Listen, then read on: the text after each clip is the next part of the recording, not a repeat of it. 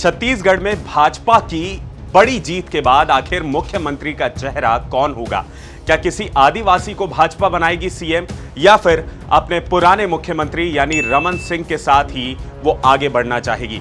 आज इन सारी बातों, सारे कयासों पर हम विराम लगाने जा रहे हैं। इस वीडियो में हम आपको बताएंगे कि आखिर कौन से चेहरे सीएम फेस की रेस में सबसे आगे चल रहे हैं और कौन छत्तीसगढ़ का अगला मुख्यमंत्री होगा। तो इस वीडियो को अंत तक जरूर देखिएगा, क्योंकि हम इस वीडियो में चर्चा करने जा रहे हैं रामविचार नेताम, विष्णुदेव साय और रेणुका सिंह के बारे में। ये तीनों ही आदिवासी नेता हैं और तीनों ही अभी फिलहाल सीएम की दावेदारी के रूप में सबसे आगे चल रहे हैं। नमस्कार, मेरा नाम है प्रियांशु सिंह और आप देख रहे हैं खबर बेबाक। जैसा कि आप सभी जानते हैं, छत्तीसगढ़ में भाजपा ने प्रचंड बहुमत दर्ज की। 90 में से 54 विधानसभा सीटों पर भाजपा ने अपना परचम लहराया और अब नए मुख्यमंत्री के नाम पर मंथन किया जा रहा है। छत्तीसगढ़ के नए सीएम का चुनाव करने के लिए भाजपा ने केंद्रीय मंत्री अर्जुन मुंडा, सर्बानंद सोनोवाल और महासचिव दुष्यंत गौतम को जिम्मेदारी सौंपी है। हालांकि कयासों का बाजार गर्म है और कई नेताओं के नाम सामने आ रहे हैं, लेकिन अंतिम मोहर अभी लगना बाकी है। बताया जा रहा है कि सभी ऑब्जर्वर सोमवार तक रायपुर पहुंचेंगे और फिर विधायक दल की बैठक में नए सीएम का चुनाव कर लिया जाएगा। यानी सोमवार को छत्तीसगढ़ को अपना नया मुख्यमंत्री मिल जाएगा। बात करें छत्तीसगढ़ की 90 सीटों की, तो भाजपा ने इस बार 20 आदिवासी सीटों पर जीत दर्ज की है, जिसमें सरगुजा की सभी 14 और बस्तर की 12 में से 8 सीटों पर कब्जा जमाया है। इन 8 सीटों में से 7 आदिवासी सीट हैं।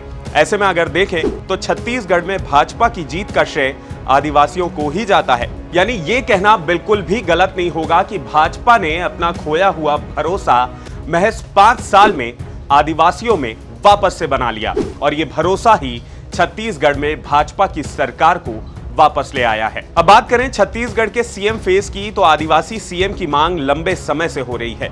वहीं विधानसभा चुनाव में जीत के बाद सीएम पद के लिए कई आदिवासी नाम भी सामने आ रहे हैं। इनमें रेणुका सिंह, विष्णुदेव साय और रामविचार नेताम जैसे कद्दावर नेताओं का नाम शामिल है। ऐसे में अब ये कहा जा रहा है कि छत्तीसगढ़ को इस बार आदिवासी सीएम की सौगात मिल सकती है।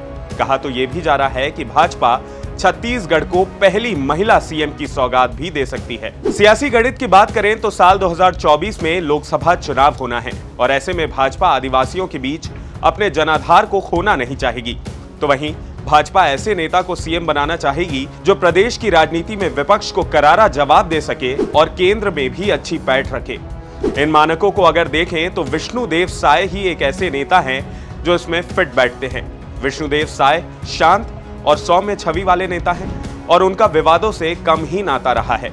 ऐसे में भाजपा विष्णुदेव साय को सीएम की कुर्सी पर बिठा सकती है। तो चलिए जान लेते हैं कि आखिर विष्णुदेव साय है कौन। विष्णुदेव साय छत्तीसगढ़ की कुनकुरी विधानसभा से आते हैं। राज्य में आदिवासी समुदाय की आबादी सबसे ज्यादा है और साय इसी समुदाय से आते हैं। विष्णुदेव साय 2020 में बीजेपी के प्रदेश अध्यक्ष रह चुके हैं, सांसद और केंद्रीय मंत्री भी रहे हैं और इतना ही नहीं, राय की गिनती संघ के करीबी नेताओं में होती है। साल 1999 से 2014 तक वो रायगढ़ से सांसद रहे हैं। मोदी सरकार के पहले कार्यकाल में साय को केंद्र में मंत्री बनाया गया, जिसके बाद इन्होंने संगठन से इस्तीफा दे दिया था। विष्णुदेव साय के बाद बात कर लेते हैं छत्तीसगढ़ की उस महिला नेत्री की जो सीएम की रेस में एकमात्र महिला है और उनका नाम भी काफी आगे चल रहा है। रेणुका सिंह छत्तीसगढ़ की फायर ब्रांड नेत्री में से एक है, जो विपक्ष के आरोपों पर करारा जवाब देना बखूबी जानती है। छत्तीसगढ़ के नए सीएम की रेस में इनका नाम भी शामिल है। रेणुका सिंह ने भरतपुर सोनहत सीट से जीत दर्ज की है। रेणुका सिंह सदस्य जनपद पंचायत रामानुजनगर रही हैं। इसके अलावा मंडल अध्यक्ष रामानुजनगर जिला सरगुजा भी रह चुकी हैं। इसके साथ ही वो छत्तीसगढ़ महिला मोर्चा की प्रदेश मंत्री भी रह चुकी हैं। वो 2003 में पहली बार प्रेमनगर विधानसभा सीट से विधायक चुनी गई थी। फिर उन्होंने 2008 में कांग्रेस के नरेश कुमार राजवाड़े को हराया और दूसरी बार विधायक निर्वाचित हुई। इसके बाद रमन सरकार में उन्हें महिला एवं बाल विकास तथा समाज कल्याण विभाग छत्तीसगढ़ शासन का राज्य मंत्री स्वतंत्र प्रभार बनाया गया। इसके बाद उन्हें उपाध्यक्ष उत्तर क्षेत्र आदिवासी विकास प्राधिकरण की जिम्मेदारी भी सौंपी गई। 2019 के लोकसभा चुनाव में उन्होंने सरगुजा लोकसभा से भाजपा की टिकट पर लड़कर जीत हासिल की और केंद्रीय मंत्री भी रहीं। लेकिन रेणुका सिंह का विवादों से भी पुराना नाता रहा है। कई बार उनके बयानों को लेकर कंट्रोवर्सी हो चुकी है। ऐसे में कहा जा सकता है कि आगामी लोकसभा चुनाव और आदिवासियों को साधने के भाजपा के फॉर्मूले में रेणुका सिंह उतनी फिट नहीं दिखती है। लेकिन अगर भाजपा 2024 में महिला आरक्षण बिल को तरजीह देकर चुनाव लड़ना चाहती है तो ऐसे में रेणुका सिंह से बेहतर चेहरा छत्तीसगढ़ के लिए कोई दूसरा नहीं हो सकता है। ऐसे में अब भाजपा को तय करना है कि वो रेणुका सिंह को आगे करते हैं या विष्णुदेव साय को। लेकिन इनके अलावा एक तीसरा नाम भी लगातार सुर्खियों में बना हुआ है और वो नाम है रामविचार नेताम का। रामविचार नेताम भी आदिवासी समाज का बड़ा चेहरा है। रामविचार नेताम भी सौम्य और शांत छवि वाले नेता माने जाते हैं। उन्होंने पहली बार 1990 में चुनाव जीता था, फिर 1993 में दूसरी बार, 1998 में तीसरी, 2003 में चौथी और 2008 में लगातार चुनाव जीतकर 5वीं बार वो विधायक बने।